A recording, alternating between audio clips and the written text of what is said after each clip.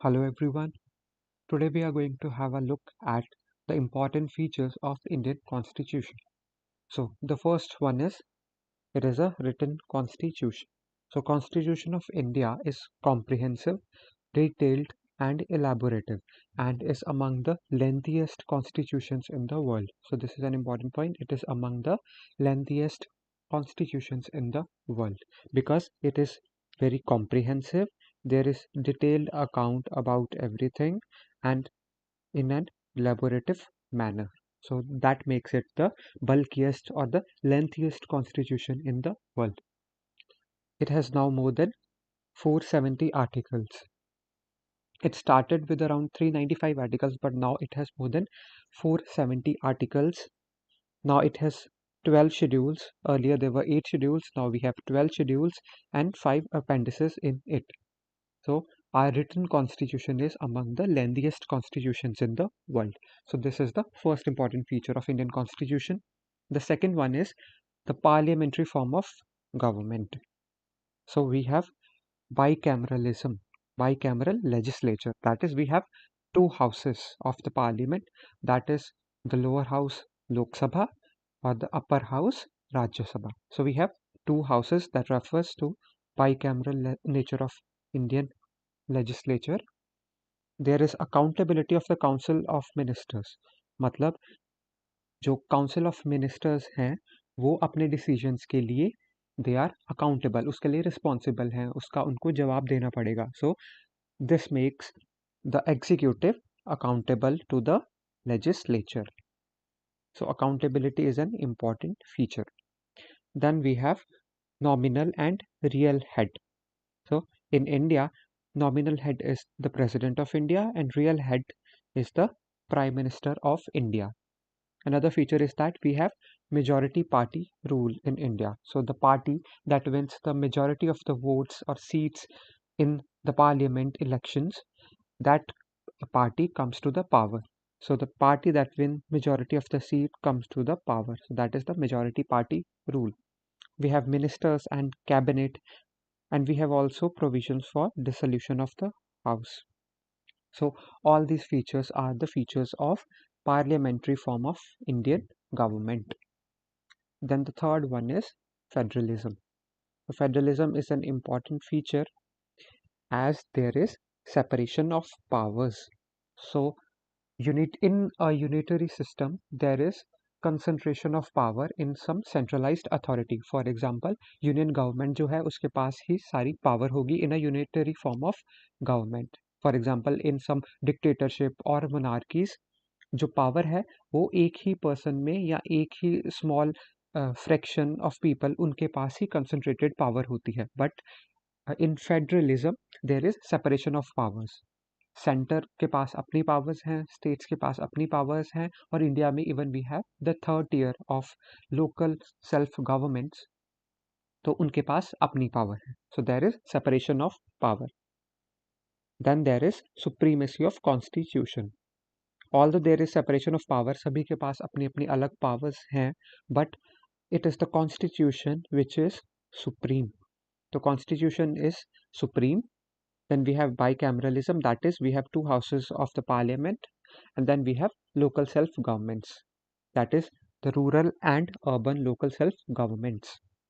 So these are the features of federalism in India. Then the next one is that we have independent judiciary.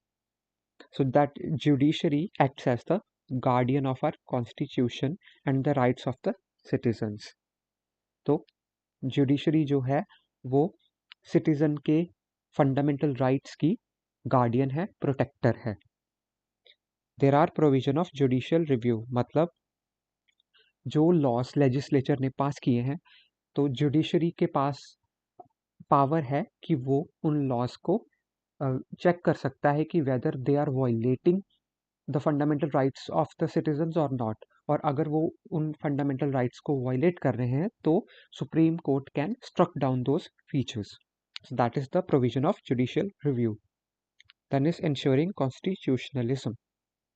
Constitutionalism एक separate topic है, हम लोग आगे पढ़ेंगे उसको भी.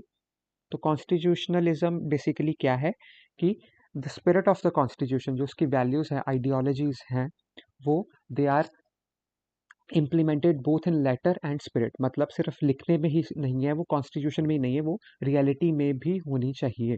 सो that is constitutionalism. Then comes the fundamental rights. So these are the rights of the citizen. ये fundamental rights हैं जो कॉन्स्टिट्यूशन के द्वारा प्रोवाइड की गई हैं to all the citizens of the country. Then there is limitation to the government's powers by these fundamental rights. ये जो फंडामेंटल राइट्स सिटीजन को दी गई हैं, ये जो गवर्नमेंट के आर्बिट्रेरी एक्शंस है उनको लिमिट करती है. बिकॉज सिटीजन्स के पास अपनी राइट्स हैं, तो गवर्नमेंट ऐसा नहीं है कि कोई भी डिसीजन अपने हिसाब से ले ले. तो they have to think about the rights of the citizens. तो उसको कंसिडर करके ही उनको कोई लॉ बनाना है, अपने एक्शंस करने हैं. Protect citizens from the abstract action of the government. So these fundamental rights, they protect citizens को government के abstract action से बचाती हैं. The next one are the directive principles of state policy, which are also known as DPSPs. So we write them as DPSPs. So these, what are these? These are promoting the ideals of social and economic democracy to establish a welfare state. तो इनका एक main focus क्या है? To establish a welfare state, और ये Gandhian principles पे based हैं. They provide guidelines to the executive while formulating public policies. तो ये जो DPSPs हैं, ये एक गाइडलाइन और एक फ्रेमवर्क प्रोवाइड करती हैं एग्जीक्यूटिव को कि वो पब्लिक वेलफेयर को ध्यान में रख के अपनी पॉलिसीज बनाएं. Then is separation of powers. There is separation of powers between legislature, executive and judiciary. तो in three organs of the government जो है, legislature, executive and judiciary, इनकी clear cut demarcation है कि इनकी ये अलग अलग powers हैं. तो they cannot override or breach that.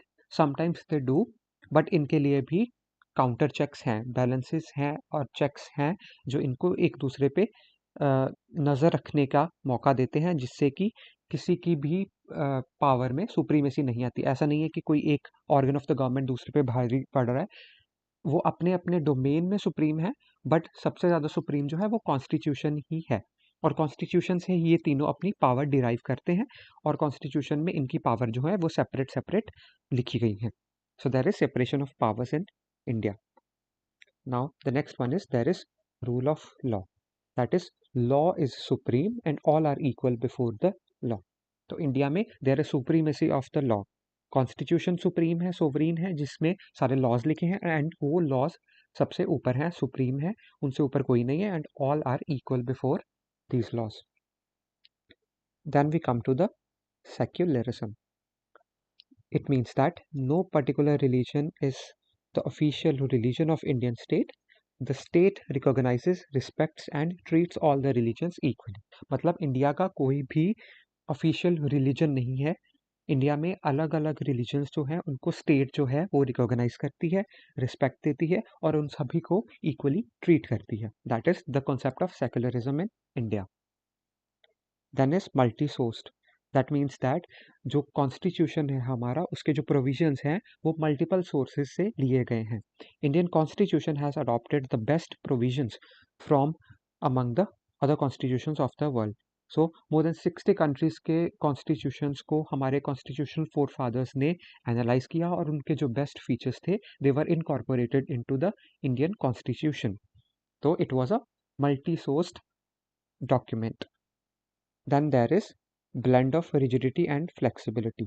तो ऐसा नहीं है कि Indian constitution is very rigid और it is very flexible. So it is a mixture और blend of both these. That is, it is rigid at some points and flexible at some points. For example, there are some provisions of the constitution which require special majority to make any change to them, while others require simple majority. तो majority का concept जो है ये भी हम लोग आगे discuss करेंगे. तो इस तरह से ये रिजिडिटी भी है इसमें और फ्लेक्सिबिलिटी भी है. कुछ प्रोविजंस को चेंज करने के लिए स्पेशल मेजॉरिटी चाहिए पार्लियामेंट में, और कुछ में सिंपल मेजॉरिटी से काम चल जाएगा. तो there is a blend of rigidity and flexibility. The next point is we have independent bodies. Like election commission, controller and auditor general, UPSC etcetera. तो ऐसी काफ़ी सारी हमारे पास बॉडी हैं जो एक इंडिपेंडेंट बॉडीज़ हैं और स्टैट्यूटरी बॉडीज़ हैं। स्टैट्यूटरी बॉडीज़ मतलब ये किसी गवर्नमेंट के एक्ट के द्वारा लागू की गई हैं। मतलब एक गवर्नमेंट में एक प्रोविजन था इन बॉडीज़ को इस्टेब्लिश करने का, उसमें से ये इस्टेब्लिश हो गई हैं। वाइल कॉन्स्टिट्यूशनल बॉडीज़ वो हैं जो कॉन्स्टिट्यूशन में लिखी गई हैं, और स्टैट्यूटरी बॉडीज़ जो है वो पार्लियामेंट के किसी लॉ के द्वारा established की गई है. So we have independent bodies. Then we have three-tiered government. So we have government at the center, we have governments at the state, and then we have the third tier, that is local self governments, जो कि 73rd and 74th constitutional amendment के बाद आई थी. तो we have three-tiered government. Central level पे एक सरकार है, सेंट्रल लेवल पे, स्टेट लेवल पे, और then local, for example rural areas में और अर्बन एरियाज में अलग गवर्नमेंट है. For example panchayati raj institutions we have, और अर्बन एरियाज में म्यूनिसिपैलिटीज हैं. तो इस तरह से we have three tiered government. Central level पे एक है, स्टेट लेवल पे अलग अलग है, और उसके बाद लोकल लेवल पे अलग अलग है. Then we have democracy in India. So people elected representatives, they rule the country. That means लोगों के द्वारा चुने गए जो लोग हैं through the process of elections. तो इलेक्शंस में लोग जिन अपने उम्मीदवारों को वोट देते हैं वही member of parliament, that is MPs, और member of legislative assemblies, that is MLAs बनते हैं. एमपीज और एमएलएस बनते हैं जो कि लोगों ने खुद चुने हुए होते हैं, और वही उनको लोगों को रिप्रेजेंट करते हैं और वही गवर्नमेंट को चलाते हैं. सो people elected representatives, they run the government in our democracy. Then we have multi-party system. We have already discussed कि काफ़ी सारी पार्टीज हैं हमारे इंडिया में, और उनमें से जिनको ज़्यादा वोट्स मिलती हैं वो गवर्नमेंट फॉर्म करती है. Then we have accountable government. ये भी हमने देखा था अभी कि there is accountability of the executive to the legislature. मतलब जो रूल्स और लॉज बनाए गए हैं उसके लिए जो गवर्नमेंट है वो रिस्पॉन्सिबल है, उनको अपने एक्शंस का जवाब देना पड़ेगा. They are accountable to the government and the citizens. Then there is rule of law. मतलब जो रूल है, जो लॉ है वो सबसे ऊपर है, सुप्रीम है, उसके ऊपर कोई नहीं है, और सभी के लिए इट इज़ इक्वल, सभी को रूल्स मानने पड़ेंगे. There is equality before the law. सभी लोग लॉ के लिए एक समान है, they are equal before the law. There is sovereignty of the citizens. मतलब इंडियन कॉन्स्टिट्यूशन जो है वो इंडियन सिटीजन्स के द्वारा ही बनाया गया है, अडॉप्ट किया गया है. तो हमारी जो डेमोक्रेसी है उसमें there is sovereignty of citizens. मतलब सिटीजन्स की जो राय है वो सबसे ऊपर है. फॉर एग्जाम्पल सिटीजन्स अपनी चॉइस से गवर्नमेंट चूज़ करते हैं, अपने रिप्रेजेंटेटिव चूज़ करते हैं जो सरकार को चलाते हैं, और अगर उनको उनकी फंक्शनिंग जो है वो पसंद नहीं आती तो they can remove that government and establish another government via the process of elections. There is separation of powers. ये भी हमने पढ़ा कि गवर्नमेंट के जो तीनों ऑर्गन्स हैं, लेजिस्लेचर, एग्जीक्यूटिव एंड जुडिशरी, उनकी अपनी अपनी अलग अलग पावर्स हैं, और सिटीजन राइट्स भी हैं. तो these are all the features of democracy in India. Then we have mixture of federal and unitary system. तो इंडिया में फेडरल फॉर्म ऑफ पॉलिटी भी है और यूनिटरी भी है. दोनों के we have the features of both federal and unitary system. While overall हम बोलते हैं कि we have federal form of polity in India. तो इसके फीचर्स क्या हैं? For example single citizenship. तो that is a unitary system की वी ऑल आर इंडियंस. हम लोग चाहे अलग अलग स्टेट से बिलोंग करते हैं, but at the end national level पे we all are Indians. So there is single citizenship, that is a unitary feature. Then there is single integrated judiciary. That is हम लोगों के पास सेशन कोर्ट और district courts जो हैं वो district level पे हैं, उसके बाद हाई कोर्ट हैं स्टेट लेवल पे, और फाइनली सबसे ऊपर जो टॉप पे एपेक्स कोर्ट है इंडिया की, that is the supreme court. तो there is single integrated judiciary. एक हायरार्की फॉलो करती है जुडिशरी, और जो फाइनल डिसीजन सुप्रीम कोर्ट का है दैट इज फाइनल, और वो बाइंडिंग है सभी पे. Then we have emergency provisions. Again ये यूनिटरी सिस्टम है कि अदरवाइज तो फेडरल पॉलिटी है, बट अगर कुछ इमरजेंसी सिचुएशन आती है तो उसमें देयर इज अ प्रोविजन कि यूनिटरी फॉर्म ऑफ गवर्नमेंट के जो फीचर्स हैं वो भी लागू किए जा सकते हैं. Then another unitary feature is that we have strong centre. तो सेंट्रल गवर्नमेंट जो है उसके पास ज़्यादा पावर है, it is more stronger as compare to the state government. तो ये भी एक यूनिटरी फीचर है। उसके बाद हमारे पास गवर्नर है, वो acts as the agent of the centre. तो गवर्नमेंट स्टेट का गवर्नर जो है वो एक्ट करता है as the agent of the centre. So these are the features of unitary polity, unitary system जो इसके फीचर्स हैं। और फेडरल के हम लोगों ने अभी ऊपर सारे फीचर्स पढ़ लिए कि there is separation of powers, जो अलग अलग पावर्स हैं सेंटर की, स्टेट की और लोकल सेल्फ गवर्नमेंट्स की, वो अलग अलग दी गई हैं। सभी के पास अपने अपने लेवल पे उनकी अपनी अपनी ऑटोनॉमी है। So these are the mixture of federal and unitary system in India. Then we come on to the fundamental duties.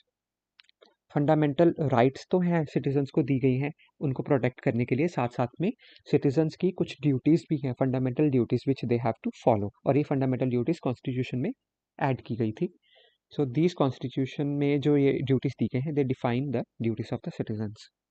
Then we have single citizenship to ensure the unity and integrity of the nation. So we have single citizenship, that is we all are Indians. So that is to ensure the unity and integrity of the nation. Then we have universal adult franchise, मतलब all above the age of 18 years can vote, मतलब 18 साल से ऊपर का हर इंसान, चाहे वो mail है, फीमेल है, ट्रांसजेंडर है, कोई भी है, इरिस्पेक्टिव ऑफ एनीथिंग, जो भी लोग 18 साल से ज़्यादा एज के हैं, they can vote independently in the elections. So that is universal adult franchise. Then last point is we have inherent mechanisms of checks and balances. मतलब the organs of the government जो है they have checks on each other, वो एक दूसरे की functioning पे test check रखते हैं, उनको बैलेंस करके रखते हैं ताकि कोई एक ऑर्गन दूसरे पे डोमिनेट ना कर सके। For example executive is accountable to the legislature. हमने देखा था कि एग्जीक्यूटिव जो पॉलिसीज बनाते हैं वो उसके लिए अकाउंटेबल है टू द लेजिस्लेचर, उनको उसका जवाब देना पड़ेगा जो पॉलिसीज बनाई हैं। Then judiciary, it can declare any law passed by the legislature as unconstitutional if it violates the constitution. तो अगर कोई भी लॉ लेजिस्लेचर के द्वारा जो पास किया गया है वो अनकॉन्स्टिट्यूशनल है या वो फंडामेंटल राइट्स को वायलेट करता है या किसी भी कॉन्स्टिट्यूशन के प्रोविजन को वायलेट करता है, तो जो जुडिशरी है वो उसको अनकॉन्स्टिट्यूशनल डिक्लेयर कर सकती है। Then legislature can pass laws to navigate through the judicial judgement. तो जुडिशरी ने जो जजमेंट पास की उसमें से नेविगेट करने के लिए, मतलब उसमें से अपना रास्ता बनाने के लिए लेजिस्लेचर कोई अलग सा लॉ पास कर सकता है। तो ये तीनों ऑर्गन्स जो है एग्जीक्यूटिव, जुडिशरी एंड लेजिस्लेचर, इनके पास अपनी अपनी पावर्स हैं और ये भी पावर्स हैं कि यह दूसरे ऑर्गन्स ऑफ द गवर्नमेंट पे अपने अपने चेक्स रख सकते हैं उनकी पावर को बैलेंस करने के लिए, सो दैट कोई भी एक ऑर्गन डोमिनेट ना हो और there is smooth functioning of all the organs of democracy in our country. So these were the important features of the Constitution of India.